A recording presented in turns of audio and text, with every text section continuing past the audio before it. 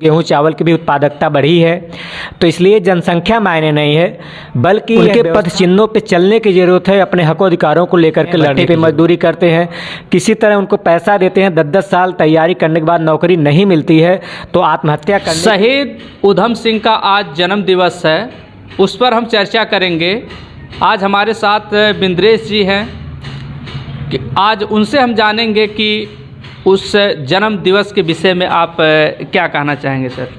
आज शहीद उधम सिंह का जन्म दिवस है जी। उनका जन्म 26 और 1899 में हुआ था पंजाब में। तो आज के दिन ही उनका जन्म मनाया जाता है, जन्म दिवस। और हम लोग उनको जन्म दिवस मनाने के पीछे जो सबसे बड़ा मकसद है आप लोग जानते हैं। 13 अप्रैल 1919 में जो जलियांवाला बाग हत्याकांड हुआ था, वह अंग्रेज़ों के समय का कहा जाए कि एक बहुत बड़ा नरसंहार था। और इस चीज़ को लेकर के उनमें एक रोष था, एक गुस्सा था, एक क्रांतिकारी जज्बा था कि जो पूरे देश में क्रांति की उन्होंने एक अलख जगाई थी कि नौजवानों के लिए। और भगत सिंह भी उधम सिंह को अपना आदर्श मानते थे और उन्हीं के पद चिन्हों पे चलते भी थे। वह गदर पार्टी से जुड़े थे और HRA से भी जुड़े थे। और जिससे आज के दौर में अगर देखा जाए तो जिस तरीके से जनरल डायर और अंग्रेज़ ऐसे लोग तमाम भारतीयों पर जुल्म ढाते थे, आज के दौर में भी जिस तरीके से नौजवान जब अपने हकों अधिकारों को लेकर के संघर्ष कर रहा है तो उन पे लाठीचार्ज, तमाम फर्जी तरीके से उनको फंसाया जा रहा है।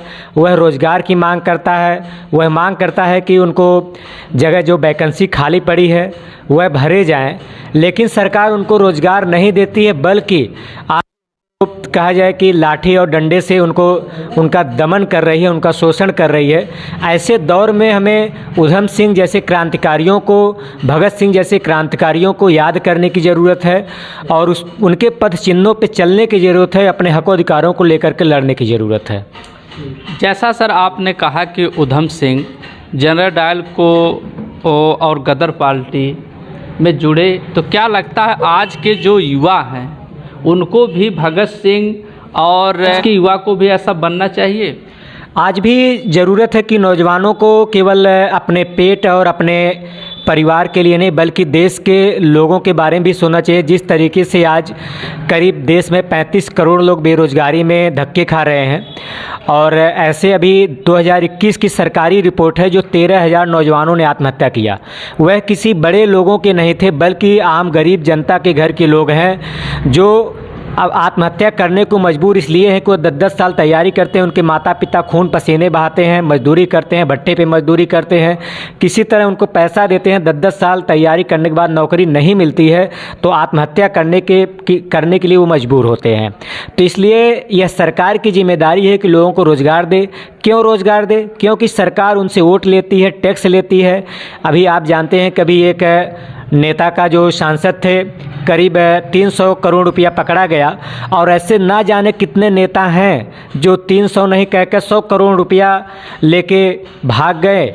और तमाम ऐसे पूंजीपति घराने हैं जो पैसे लेकर के विदेशों में भाग गए।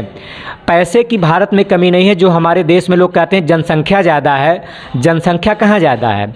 2011 के बाद लगभग 30% जनता की वृद्धि हुई है और 30% जनता की वृद्धि 30% जनता की वृद्धि हुई है। उसके साथ साथ बड़े पैमाने पे जो उत्पादन बढ़ा है और खेती में भी तमाम अनाज और जो गेहूं चावल की भी उत्पादकता बढ़ी है।